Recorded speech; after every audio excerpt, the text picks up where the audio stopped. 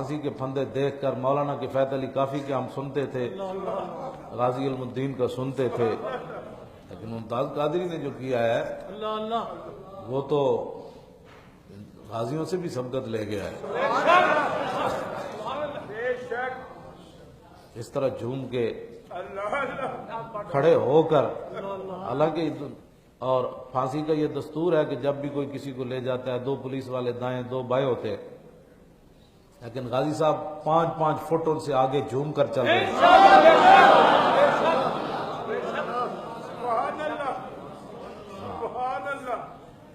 وہ کون سی چیز تھی؟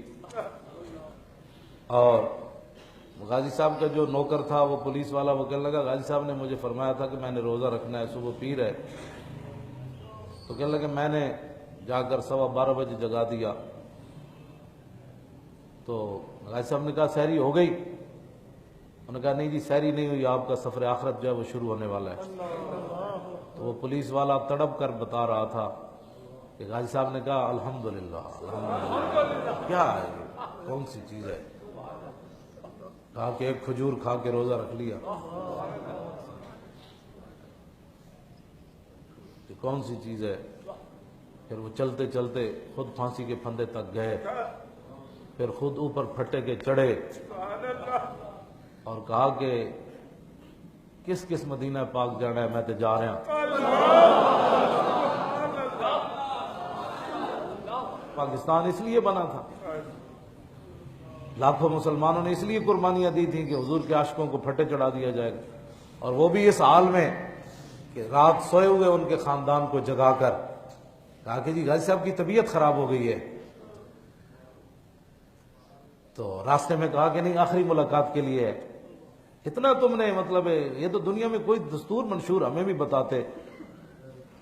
پھر ان کے بوڑھے والد کو، ان کے بھائیوں کو، ان کے خاندان کو لے کر، چھوٹے بچے کو لے کر، تم یہ تو سمجھتے تھے کہ ہم کافروں کو راضی کر کے اب انتظار کرو کہ تمہارے اوپر کیا نازل ہونے والا ہے۔ یہ تو ہم نہیں کہہ سکتے کیا نازل ہونے والا ہے تمہارے اوپر، یہ تو رب۔ توجہ بھائی، توجہ بات سنو یار، بات سنو۔ تو غازی صاحب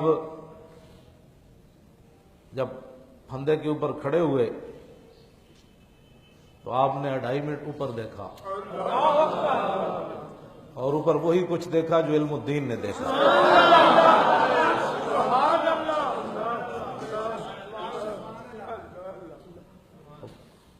مالک فرما رہے تھے بھائی پھندے تک آؤ، آگے سنبھال لیں گے، آؤ تو صحیح نہ بھائی۔ تو مالکوں 2.5 منٹ اوپر دیکھنے کے بعد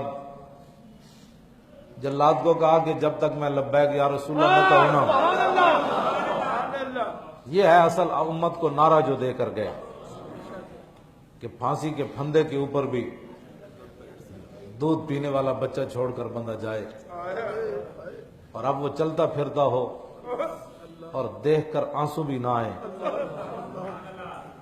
جیل میں غازی صاحب نہیں روئے، خوشی سے بھی رونا آ جاتا ہے نا، لیکن غازی صاحب نہیں روئے، اور ان کے ابا جی بھی نہیں روئے، باقی بھائی روئے، لیکن ممتاز قادری کے والد نہیں روئے۔ بتاؤ اے بوڑھا آدمی ہو اور بیٹا جا رہا ہو جوان، ہاں جی ہرا بھرا لہلہاتا گلستان جا رہا ہو، اور باپ کی آنکھوں میں آنسو بھی نہ آئے، اور وہ شیر جا رہا ہو اور اس کی آنکھ میں آنسو بھی نہ آئے، تو یہ کون سی چیز ہے جو غازی صاحب کو اتنی دلیری کے ساتھ لے گئی؟ یہ وہی بات ہے جو صحابہ کو بدر میں لے گئی، یہ وہی بات ہے جو صحابہ کو احد میں لے گئی، یہ وہی بات ہے جو صحابہ کو خندق میں لے گئی، یہ وہی بات ہے جو صحابہ کو سمندروں میں لے گئی، یہ وہی بات ہے۔ اگر کسی کو سمجھ نہ آئے تو ہمارے پاس تو کوئی نہیں تھرمامیٹر، یہ وہی بات ہے جو 1400 سال کے بعد بھی ممتاز قادری نے کر دکھایا۔ جب اس نے زور سے لبیک یا رسول اللہ کہا، پھانسی کے پھندے کے اوپر کہا، تو اس نے پھٹا کھینچ دیا، اور پھر انہوں نے کہا کہ یہ آج تک ایسے نہیں ہوا کہ جب من کا ٹوٹ جاتا ہے تو آنکھیں باہر نکل آتی ہیں، منہ کھل جاتا ہے، لیکن جب غازی صاحب کو پھندے سے اتارا گیا تو آنکھیں بھی بند تھیں اور منہ بھی بند تھا۔ وہ آنکھیں بند کرنے والے کون تھے؟ اور منہ کو سمیٹنے والے کون تھے؟ وہی تھے کہ محمد سے وفا کو نے